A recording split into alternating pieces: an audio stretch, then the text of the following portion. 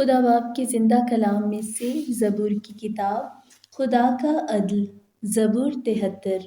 بے شک خدا اسرائیل پر یعنی پاک دلوں پر مہربان ہے، لیکن میرے پاؤں تو پھسلنے کو تھے، میرے قدم قریباً لغزش کھا چکے تھے، کیونکہ جب میں شریروں کی اقبال مندی دیکھتا تو مغروروں پر حسد کرتا تھا، اس لیے کہ ان کی موت میں جان کنی نہیں بلکہ ان کی قوت بنی رہتی ہے۔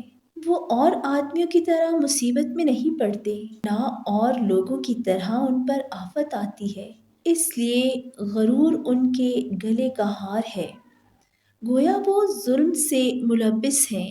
ان کی آنکھیں چربی سے ابھری ہوئی ہیں، ان کے دل کے خیالات حد سے بڑھ گئے ہیں۔ وہ ٹھٹھا مارتے اور شرارت سے ظلم کی باتیں کرتے ہیں، وہ بڑا بول بولتے ہیں۔ ان کے منہ آسمان پر ہیں اور ان کی زبانیں زمین کی سیر کرتی ہیں، اس لیے اس کے لوگ اس طرف رجوع ہوتے ہیں اور جی بھر کر پیتے ہیں۔ وہ کہتے ہیں خدا کو کیسے معلوم ہے؟ کیا حق تعالیٰ کو کچھ علم ہے؟ ان شریروں کو دیکھو، یہ سدا چین سے رہتے ہوئے دولت بڑھاتے ہیں۔ یقیناً میں نے ابس اپنے دل کو صاف اور اپنے ہاتھوں کو پاک کیا، کیونکہ مجھ پر دن بھر آفت رہتی ہے اور میں ہر صبح تنبیہ پاتا ہوں۔ اگر میں کہتا کہ یوں کہوں گا تو تیرے فرزندوں کی نسل سے بے وفائی کرتا۔ جب میں سوچنے لگا کہ اسے کیسے سمجھاؤں تو یہ میری نظر میں دشوار تھا، جب تک میں نے خدا کے مقدس میں جا کر ان کے انجام کو نہ سوچا۔ یقیناً تو ان کو پھسلنی جگہوں میں رکھتا ہے اور ہلاکت کی طرف دھکیل دیتا ہے۔ وہ دم بھر میں کیسے اجڑ گئے، وہ حادثوں سے بالکل فنا ہو گئے، جیسے جاگ اٹھنے والا خواب کو، ویسے ہی تو اے خداوند جاگ کر ان کی صورت کو ناچیز جانے گا، کیونکہ میرا دل رنجیدہ ہوا اور میرا جگر چھد گیا تھا۔